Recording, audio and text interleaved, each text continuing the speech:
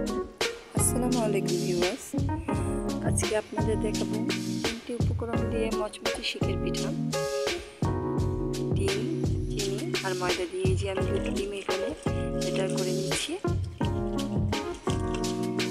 খুব সফট করে বেটার করে নিতে হবে। এখানে আমি পরিমাণ মতো চিনি গুঁড়ো করে নিয়েছি, দিয়ে নিচ্ছি। সাথে একটু পানি অ্যাড করে দিব।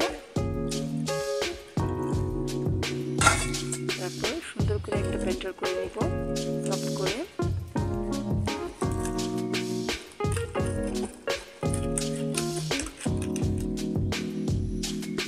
এই যে ব্যাটার করা হয়ে গেছে, এখানে আমি পরিমাণ মতো ময়দা মিশিয়ে নিব।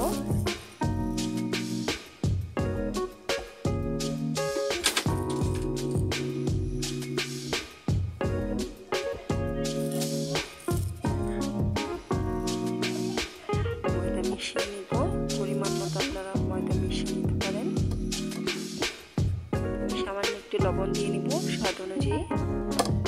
তারপর একটু বেটার করে নিব।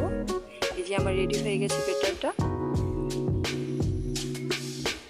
শিকের পিঠা, মুচমুচে পিঠা বানানোর জন্য বেটার তৈরি। এখানে আমি একটা কড়াইতে তেল দিয়ে গরম করে নেব।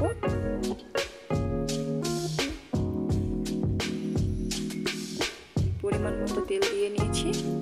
এখন এটাকে গরম করে নিব। গরম হয়ে গেলে আমি শিকটা দিয়ে নিব। শিকটাকেও সুন্দর করে গরম করে নিতে হবে। গরম করা হয়ে গেছে, তেলটা লাল হয়ে আসবে। এখন আমি শিকটা উঠিয়ে নিব। যে বেটারটা করেছিলাম ওখানে একটা দেব, সুন্দর করে ডুবিয়ে দিয়ে উঠিয়ে এখন আমি তেলটার মধ্যে ডুবিয়ে দিব। একটা ঝাঁকি দিতে হবে একটু হালকা করে, যাতে পিঠাটা ছাড়িয়ে যায়।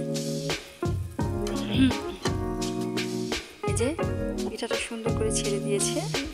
এখন আমি সুন্দর করে ভেজে নেব। একটা কালার আসবে, দেখুন আপনারা কত সুন্দর একটা ভাজার পরে একটা সুন্দর কালার আসবে।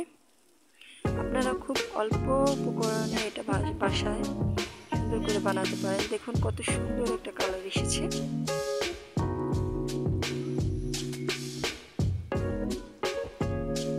দেখতেও কত সুন্দর লাগছে, লোভনীয়, খেতেও মুচমুচে, অনেক স্বাদ হয় পিঠাটা। এই যে পিঠাটা আমার রেডি হয়ে গেছে। আমি এখন তেলটা থেকে সুন্দর করে ঝরিয়ে নেব তেলটা। পিঠাটা আমার রেডি হয়ে গেছে। এখন আপনাদের দেখার সুবিধাতে আমি আরেকটা বানিয়ে দেখাবো।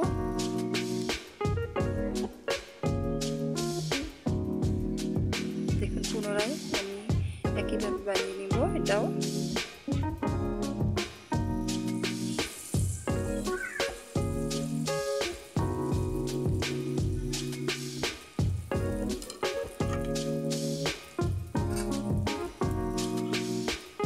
এই পিঠাটাও খুব সুন্দর হয়েছে, মাশাআল্লাহ।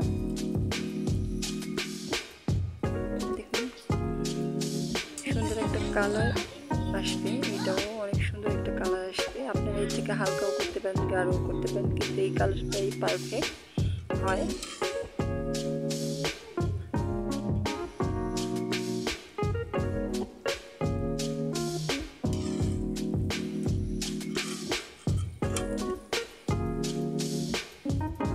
আমার হয়ে গেছে পিঠা সম্পূর্ণ, একটা ঢিস হয়েছে পিঠাটা। কতগুলো পিঠা হয়েছে। আজকের মতো এখানেই শেষ করছি।